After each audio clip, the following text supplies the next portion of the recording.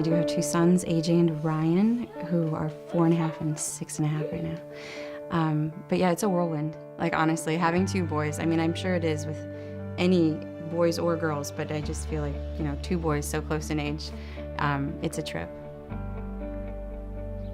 We started work in May and AJ turned 1 in June. And so I brought him to his well baby and the doctor said, okay, well, state standard, we have to have him lead tested. And I'm like, oh yeah, sure, no problem, no big deal. So we get the lead results back and he calls me on the phone. He's like, AJ's numbers are 14. He's like, and I didn't even know like the scale of things. Like one more, I think, would have been a trip to the hospital. Like he was that contaminated with lead. And I just like broke down in tears. I'm like, how?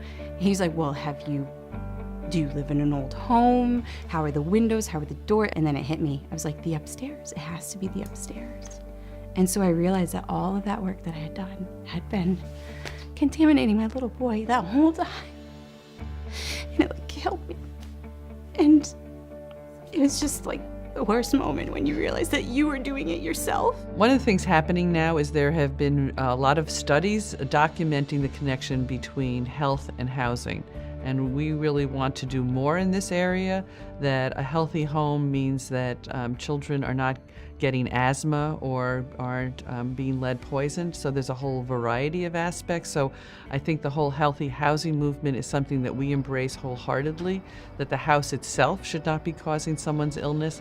And additionally, they should live in a community that's healthy. So access to fresh food, a chance for recreation, and safe streets. So I think they all go together, and we're really proud that we are able to have programs that help families along those lines.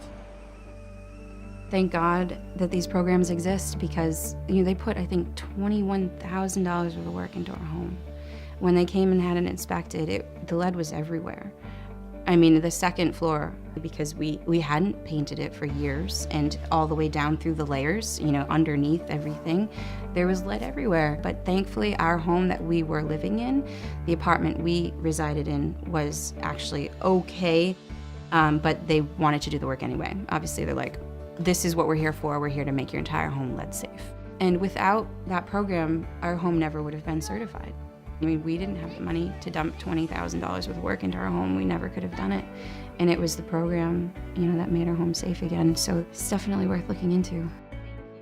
He's in preschool now, and he's brilliant. He is. He's the most amazing, frustrating, but incredibly smart little boy.